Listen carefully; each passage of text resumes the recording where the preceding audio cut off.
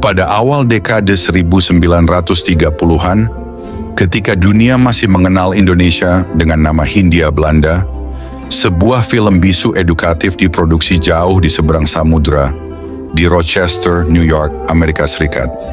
Film ini dibuat oleh Eastman Teaching Films, bukan untuk hiburan, melainkan sebagai bahan ajar di ruang-ruang kelas.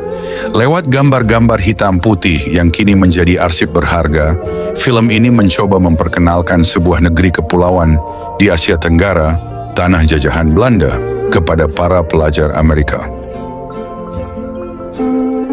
Kamera mula-mula menyapu hutan tropis yang lebat. Pohon-pohon palem liar menjulang, menghadirkan kesan alam yang subur dan belum sepenuhnya tersentuh. Kemudian, sebuah globe dunia ditampilkan.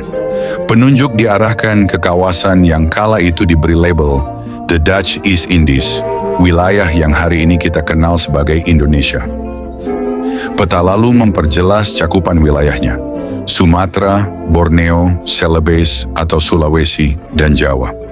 Pulau-pulau besar yang membentang di khatulistiwa menjadi pusat eksploitasi sumber daya dan tenaga kerja dalam sistem kolonial. Di Jawa, kamera merekam sawah-sawah terasring yang tertata rapi. Pemandangan ini menegaskan peran penting pertanian dalam kehidupan masyarakat.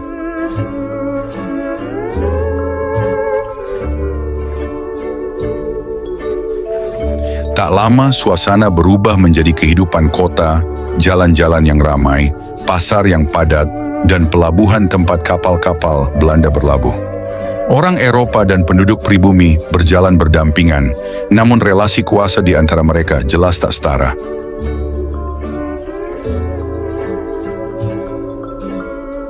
Mobil-mobil modern terparkir di samping gerobak yang ditarik kuda dan sapi. Sebuah kontras antara dunia kolonial modern dan kehidupan tradisional yang masih bertahan.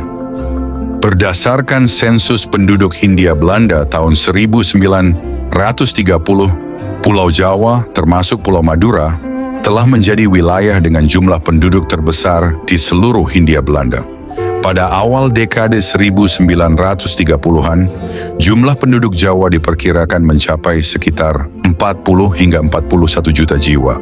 Sebuah angka yang mencerminkan pertumbuhan demografis yang sangat pesat. Sejumlah sumber mencatat angka yang lebih rinci, yakni 40.891.093 jiwa penduduk pribumi yang bermukim di Jawa. Kepadatan ini tidak terjadi secara kebetulan. Sejak abad ke-19 hingga awal abad ke-20, Jawa berkembang sebagai pusat administratif, politik dan ekonomi kolonial Belanda. Infrastruktur pemerintahan, perkebunan, jaringan kereta api, hingga pelabuhan-pelabuhan utama terpusat di pulau ini, menarik arus tenaga kerja dan mempercepat konsentrasi penduduk. Pada tahun 1930, Pulau Jawa menampung sekitar 70% dari total penduduk Hindia Belanda, yang secara keseluruhan berjumlah kurang lebih 60,7 juta jiwa. Artinya sebagian besar penduduk koloni Belanda hidup di wilayah yang luasnya hanya sebagian kecil dibandingkan pulau-pulau lain di Nusantara. Kondisi ini menjadikan Jawa sebagai salah satu kawasan terpadat di dunia pada masanya. Ledakan jumlah penduduk tersebut membawa konsekuensi sosial dan ekonomi yang serius. Tekanan terhadap lahan pertanian, tingginya angka kemiskinan di pedesaan, serta keterbatasan kesempatan kerja mendorong pemerintah kolonial untuk mencari solusi.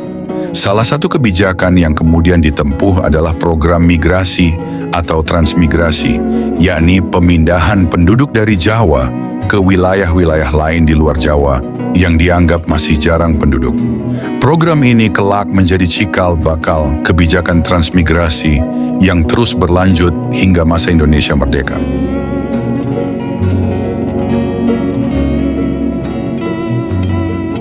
Di tengah hiruk-pikuk itu, film juga menyoroti kerajinan tangan. Tangan-tangan terampil merangkai perhiasan, menempa logam, mengukir wadah, dan menimbang emas serta perak. Kerajinan bukan sekadar budaya, tetapi juga bagian dari ekonomi kolonial.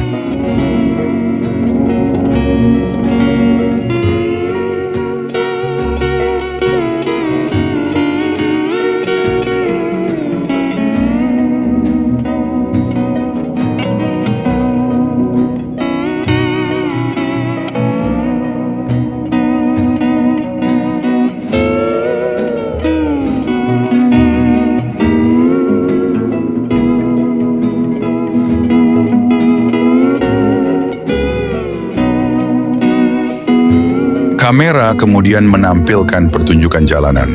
Dua orang pria saling berhadapan dalam tarian yang menyerupai pertarungan. Cambuk dan perisai digunakan, diiringi bunyi alat musik seperti angklung dan jenderang. Bagi kamera kolonial, tarian ini menjadi tontonan eksotis. Bagi masyarakat setempat, ia adalah warisan budaya dan simbol kehormatan.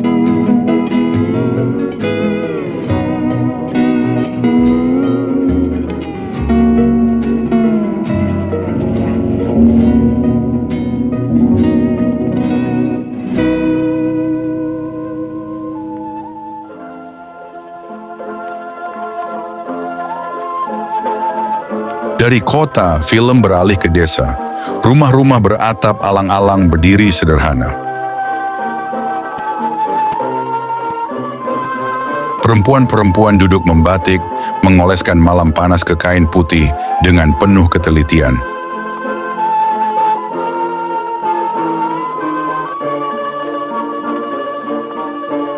Kain kemudian dicelupkan ke pewarna, dijemur, dan malamnya dilepas. Sebuah proses panjang yang kelak menjadikan batik dikenal dunia.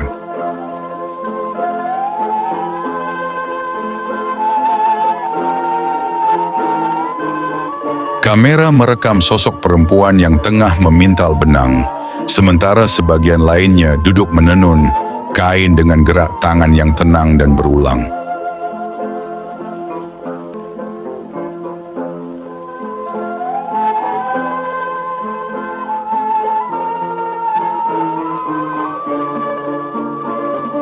Di tempat lain, sebuah keluarga besar duduk bersila di lantai sambil menyesap teh. Anak-anak pun tak ketinggalan, hadir dalam suasana akrab dan sederhana. Inilah keseharian pedesaan yang terekam tanpa suara, namun syarat makna dan penuh cerita.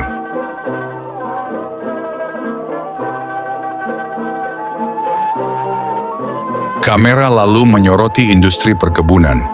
Ladang tebu terbentang luas. Para buruh mengenakan caping, memanen tanaman di bawah terik matahari. Gerobak sapi membawa tebu hasil panen menuju tempat pengolahan.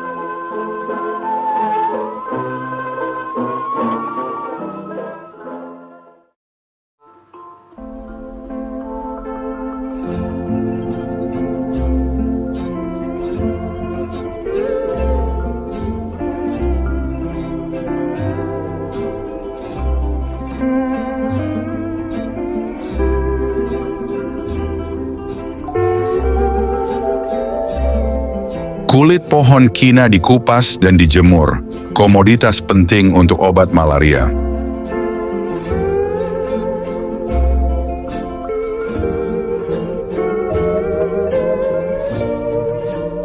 Di beberapa adegan, dua orang Belanda tampak mengawasi pekerjaan para buruh, menjadi simbol nyata dari struktur kolonial yang berjalan di balik produksi.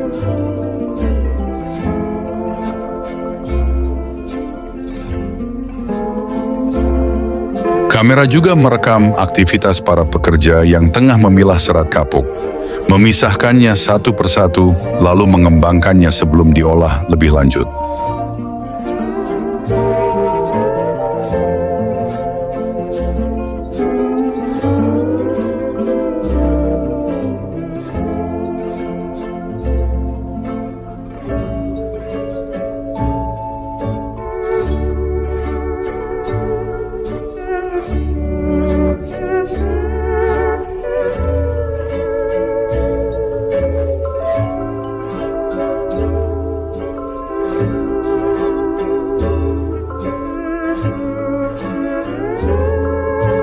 Bambu ditebang dari hutan sekitar lalu dimanfaatkan sebaik mungkin.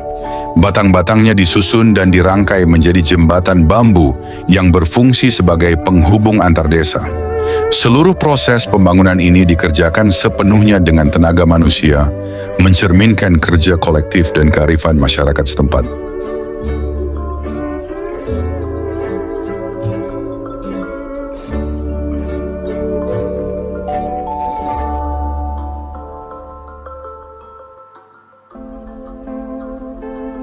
Perjalanan kemudian berlanjut ke Sumatera.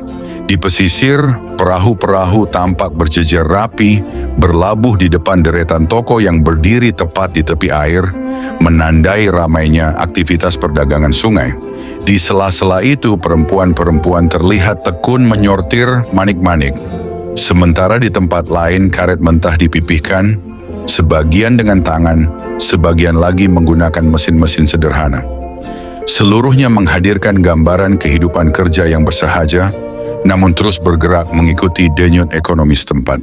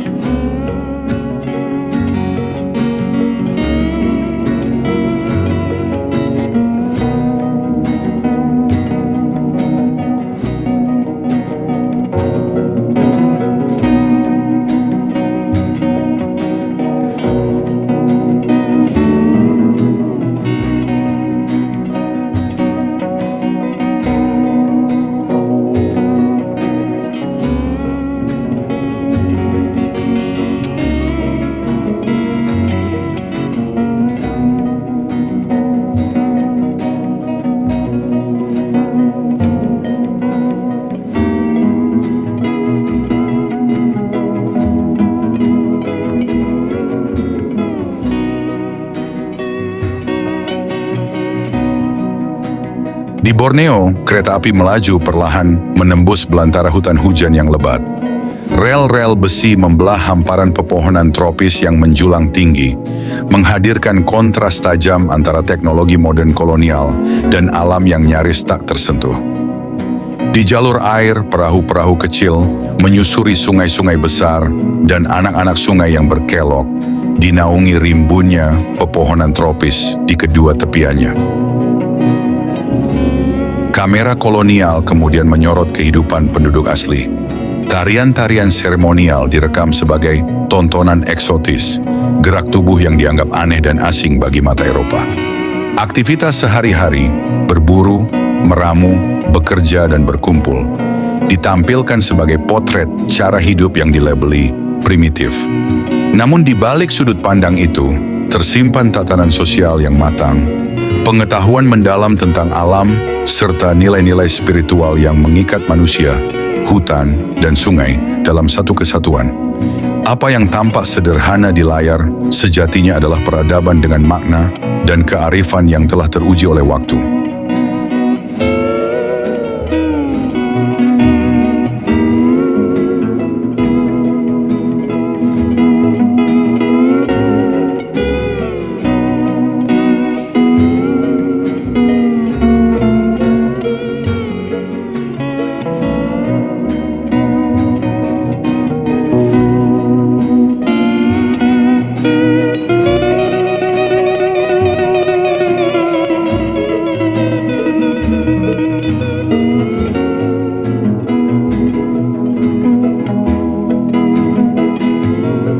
Dari Celebes atau Sulawesi, pasar rempah-rempah ditampilkan.